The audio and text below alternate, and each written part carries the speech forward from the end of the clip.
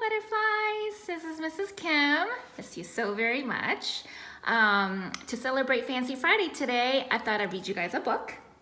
Since we're studying weather, I thought this book would be fun to read. It's called Cloudy with a Chance of Meatballs by Judy Barrett, and it's illustrated by Ron Barrett.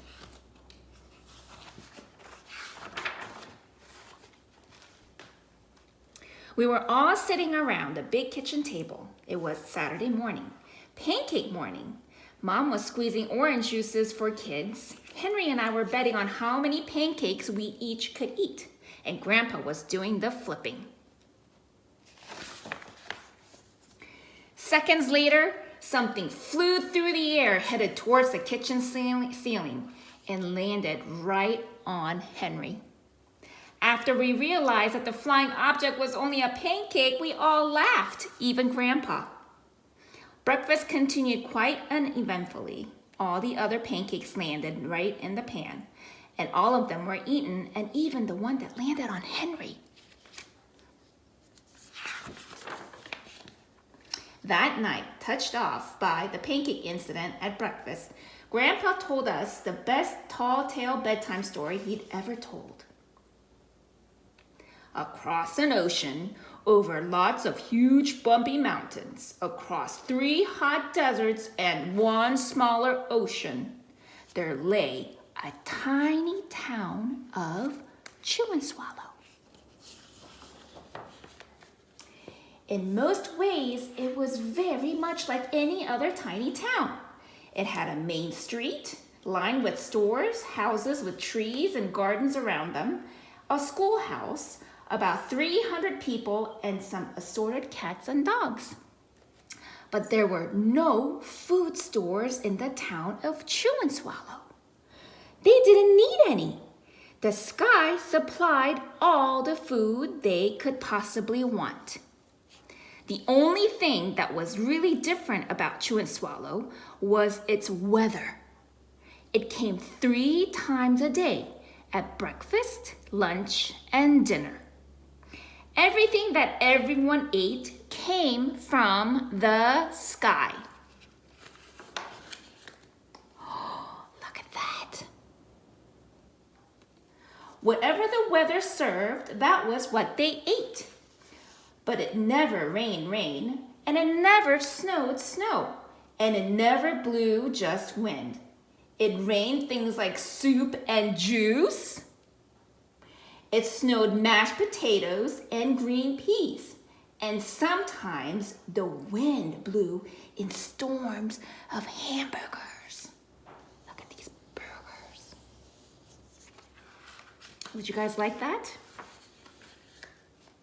The people could watch the weather report on television in the morning, and they would even hear a prediction of next day's food.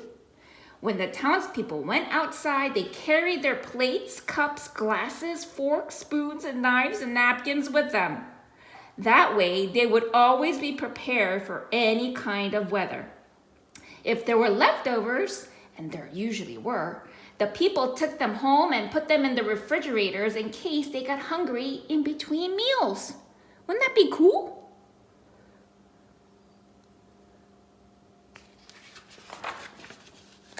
The menu varied.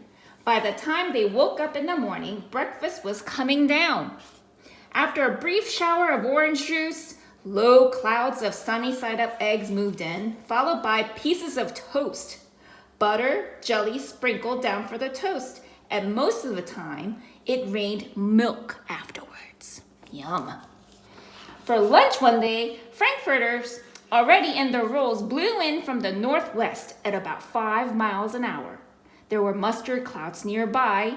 Then the wind shifted to the east and brought in baked beans. And guess what? A drizzle of soda finished off the meal.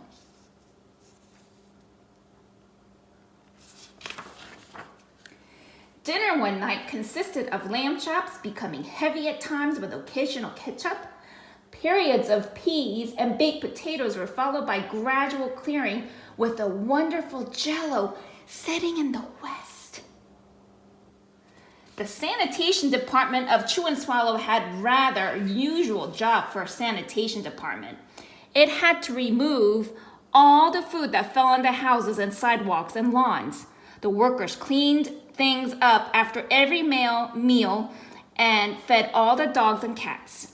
Then they emptied some of it into the surrounding oceans for the fish and turtles and whales to eat.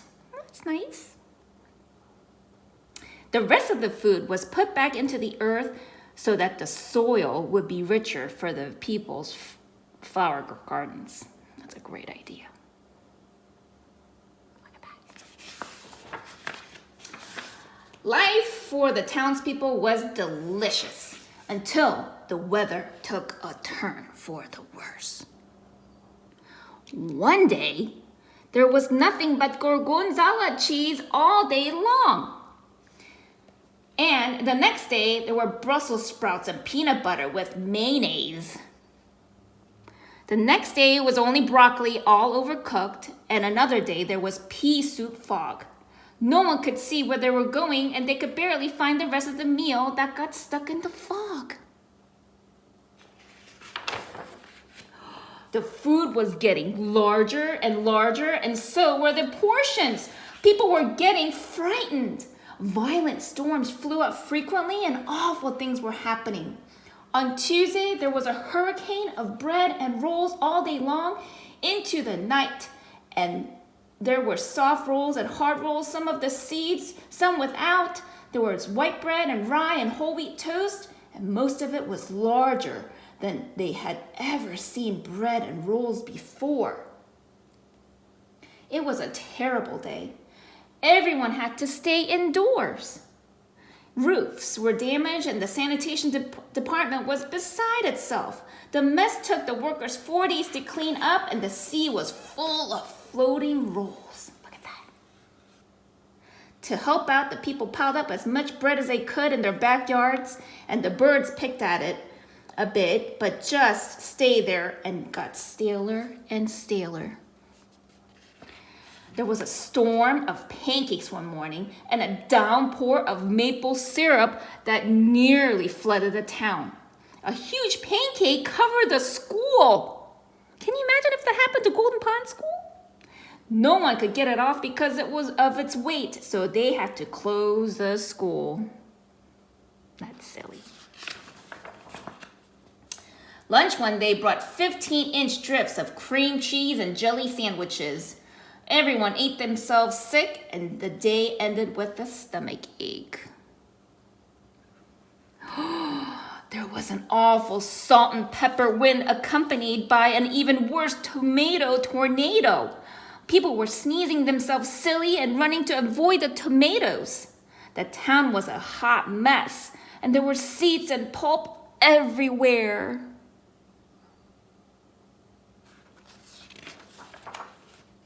The sanitation department gave up. They just gave up. The job was too big and everyone feared for their lives. They couldn't go outside most of the time. Many houses had been badly damaged by giant meatballs.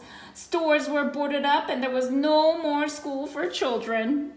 So a decision was made to abandon the town of Chew and Swallow. It was just a matter of survival. The people glued together giant pieces of stale bread, sandwich style with peanut butter, and took the absolute necessities with them and set sail on their rafts for a new land. After being afloat for a week, they finally reached a small coastal town, which welcomed them. The bread had held up surprisingly well enough for them to build temporary houses for themselves out of it. The children began school again, and the adults all tried to find places for themselves in the new land. The biggest change they had to make was getting used to buying food at the supermarket. They found it odd that food was kept on shelves, packaged in boxes and cans and bottles. Meat that had to be cooked was kept in large refrigerators, and nothing came from the sky except rain and snow. The clouds above their heads were not made of fried eggs, and no one ever got hit by a hamburger ever again. Nobody dared to go back to Chew and Swallow to find out what had happened to it. They were too afraid. Henry and I were awake until the very end of Grandpa's story. I remember his good night kiss. The next morning, we woke up to see snow falling outside our window. We ran downstairs for breakfast and ate it a little faster than usual so we could go sledding with Grandpa.